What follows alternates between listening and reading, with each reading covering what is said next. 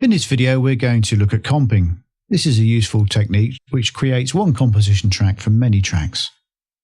I'm using my editing screen set for this, which we've looked at elsewhere. I've broken the takes out into take lanes so that we have more control over them. As we saw earlier, take lanes are a new addition to X2 and replace the old layers method. They provide easy control and editing options on each take while still under the overall control of one track. We looked at lanes in detail earlier, now we'll see a practical use for them. I'm going to look at two different methods for comping. Which method I use depends on material. For the first method, I'm going to look at comping a vocal line, for which I'll be using the mute tool to exclusively select the take I want while muting others. This method tends to work better on material that has distinct gaps between the material selection, such as vocal phrases. First, I'm going to set up loop points by swipe selecting an area of the vocal I want to hear, then right-clicking and setting the loop points. Now let's have a listen to a couple of these takes and decide which takes we're going to use. When the final bell tolls, you may be all alone. When the final bell tolls, you may be all alone. I use the solo buttons on the lanes to listen to each take in turn. If there are lots of lanes to work through, the text note area to the right can be useful for jotting reminders on likely candidates. Remember, double-click there to enter text. Once you're happy that you have a good take that you want to use, we'll use the mute tool in isolate mode to single it out. First, we need to select the mute tool, which is done from either the toolbar or from the HUD. Click and hold to choose mute. Alternatively, pressing F10 will cycle through them. The mute tool's actions will vary depending on where and how it's used on the clip. As we saw earlier, clicking on the clip will mute a clip. Clicking on it again unmutes it. Click dragging in the lower half will mute the area that was swept, and click sweeping in the top half will unmute the swept area. Control clicking on a clip will isolate it. To use it in the sweep isolate mode, we need to hold down the control key and then click drag in the lower half of the clip, sweeping the area we want to keep. This will isolate that take while muting all of the others. I'm going to carry on doing this through the length of the clips, each time selecting the take that I want to use. Once we're happy with that, we need to remember to deselect any solo settings that we have active. We can then select the track, split the clips if necessary, and then bounce the clip. That creates one composite take from the selected takes. It's also possible to clone the track first before you perform the bounce to keep the original if you prefer. We looked at cloning tracks elsewhere. Now we'll take a look at the fade clips method. If you're working with areas where there are no breaks, you may be better off using a different method. Of course, it's possible to use a combination of the two. In this second method, I'll be using the Smart tool to split clips and then delete the takes I don't want. Then I'll be using the Fade Clips command to build up a take, automatically fading clips into each other. This method works better where material is more continuous, as the fades will help to eliminate pops and crackles that can occur when the audio isn't split exactly on a zero crossing point. I'll use the same method as we looked at earlier to decide which pieces of the takes I'd like to keep, just looping over them, but instead of slip isolating the sections, I'm going to split the clips at either end. Once the clips are selected, hold down the Alt key and click where you want the split to happen. Then need to select the take that we don't want to keep and press delete. Then move to the next section that we want to split, select that again, and once again hold down the Alt key to split the clips. Again, select the take we don't want to keep and press delete, and continue doing that until we've built up a take that we're happy with. Once all the cutting's been done, we can right click and select all, and then select Fade Clips from the Clips menu. You can now adjust the various parameters that affect the crossfade, such as crossfade duration time, the widest gap in audio that will be filled with a crossfade as well. The type of fade in and fade out curves can be changed. Alter existing times and fades are there as options for any existing fades or curves. If you're creating new ones, there's no need to worry about these settings. Selecting the Only Show if pressing Shift option means that in future choosing this command from the menu will execute it without opening this dialog unless you hold the Shift key down. This can be useful if you're happy with the settings you have set and don't want this box every time. Once that's complete, we can have a listen back to one of the fades.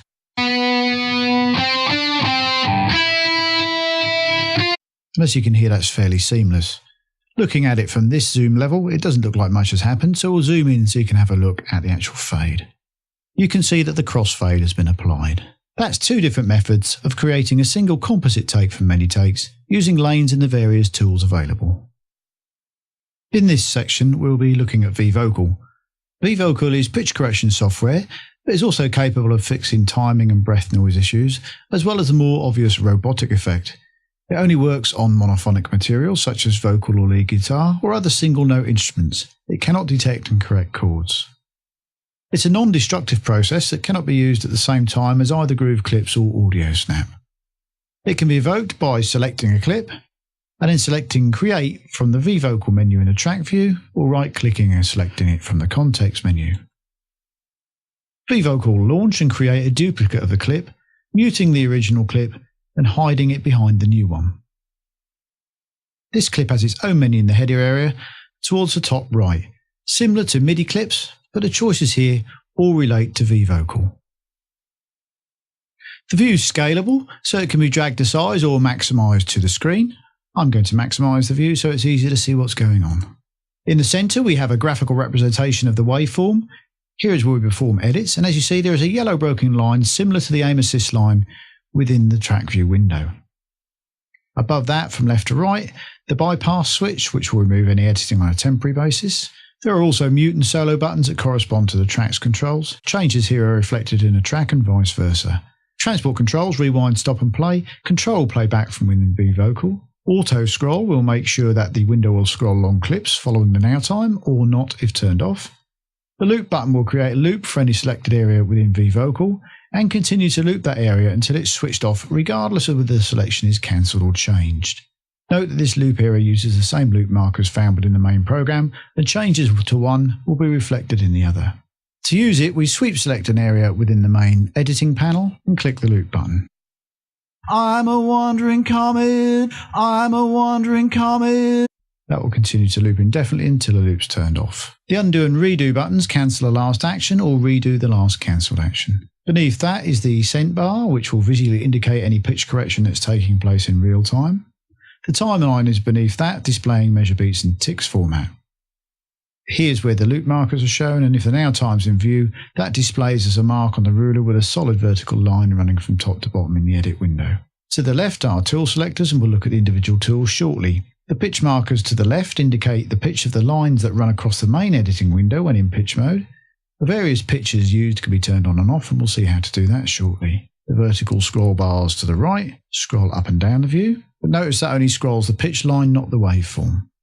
The horizontal scroll area can be used to zoom in and out on the waveform and to scroll the area as well.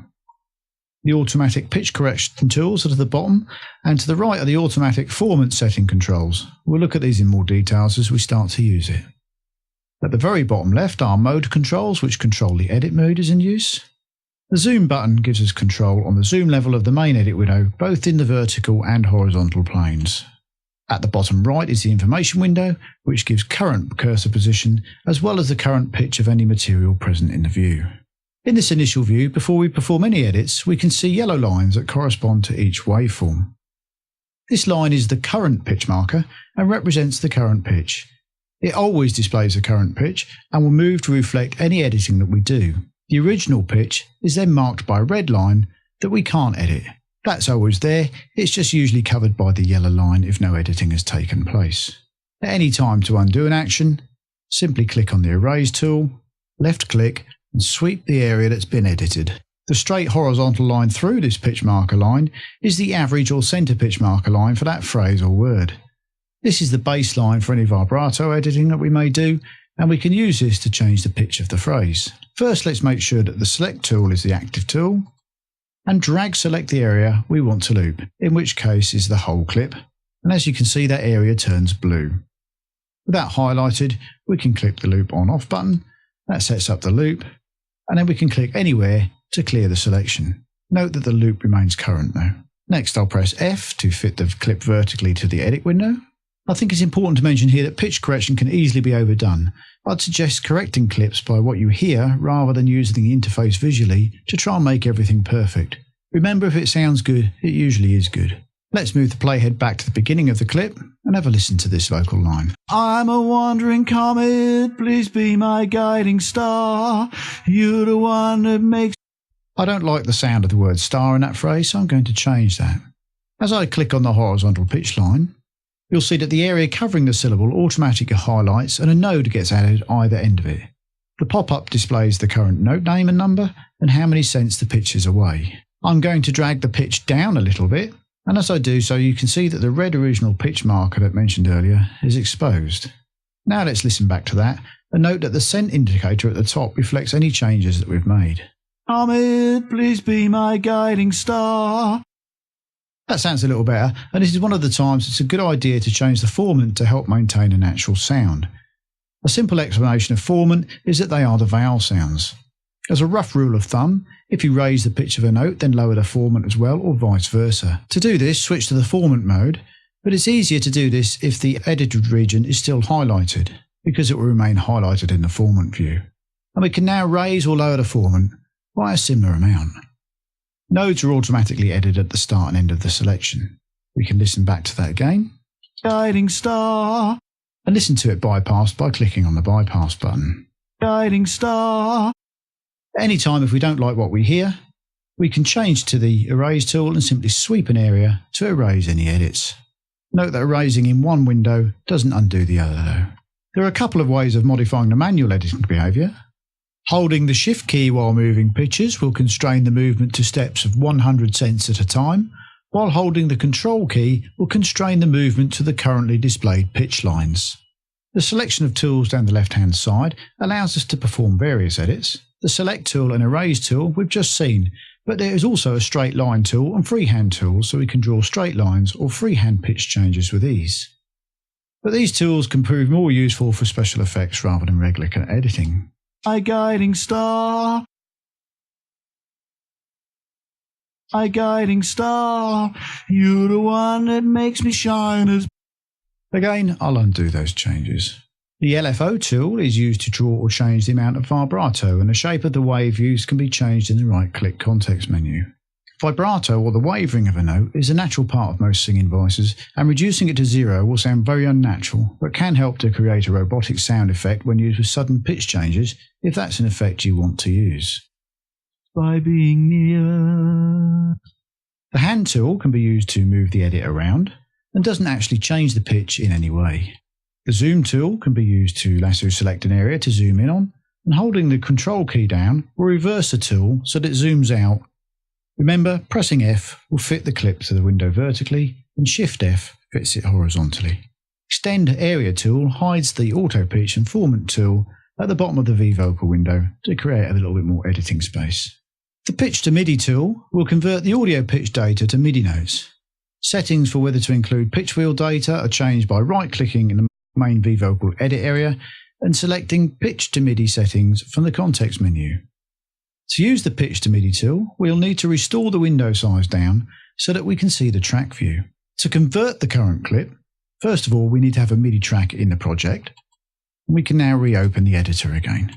To convert the current clip, click-drag the icon into a MIDI track within the track view. All of these tools can be accessed via keyboard shortcuts when vVocal is the in-focus interface. A full list as well as more help is available by pressing F1. The pitch correction window towards the bottom also allows us to make automatic edits. The mini keyboard displays the current pitch being played and also allows us to select which pitches are displayed and used in the main edit area. Click on a key to add or remove it from the scale. Scales can be set automatically by selecting the major or minor option, clicking the scale button so it is lit, and then clicking on the root note of the scale you want to use.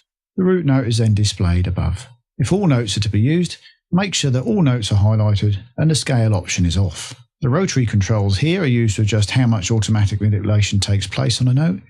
To use these controls, click and hold in the centered arm and then drag up or down to make changes. The note controls how close to the nearest pitch line a note is moved. Setting this to 100 will move a note exactly to the line, but you may get more natural results with a setting around 80. But experiment with different material to see what works best for you. Vibrato sets the amount of pitch deviation where vibrato exists. The lower the setting, the less deviation is used, until at 0 there is no deviation. This will produce quite an unnatural sound, and a setting around 20 may produce better results. The sense control is a sensitivity setting and controls the amount of correction applied. Too high a setting will sound very artificial. A setting of around 30 is a good starting point. The robotic voice effect is very easy to achieve. Simply turn the note and send settings to 100, turn the vibrato down to 0, select the material, and correct automatically. I'm a wandering comet, please be my guiding star. You're the one that makes me shine as bright as I appear. Might be useful for a special effect. As always, the erase tool undoes it all. Not only can vVocal change and edit pitch, but it can also be used to change the timing of audio.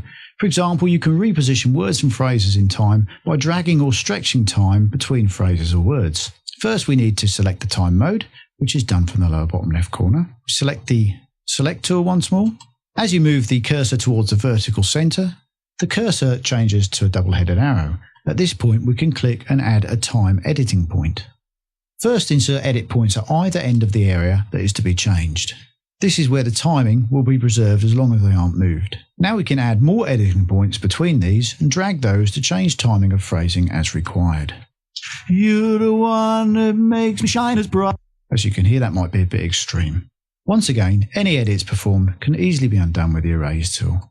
Editing dynamics is very similar to editing formants, except that it affects the dynamics or how loud or quiet the audio is. Switch to the dynamics mode using the mode selection tools at the bottom of the window, and again it works in a very similar way to other tools. Simply highlight the area that you want to change, for example there's a breath noise there, and then click on the center line and drag the volume down or up if required to achieve the results you want.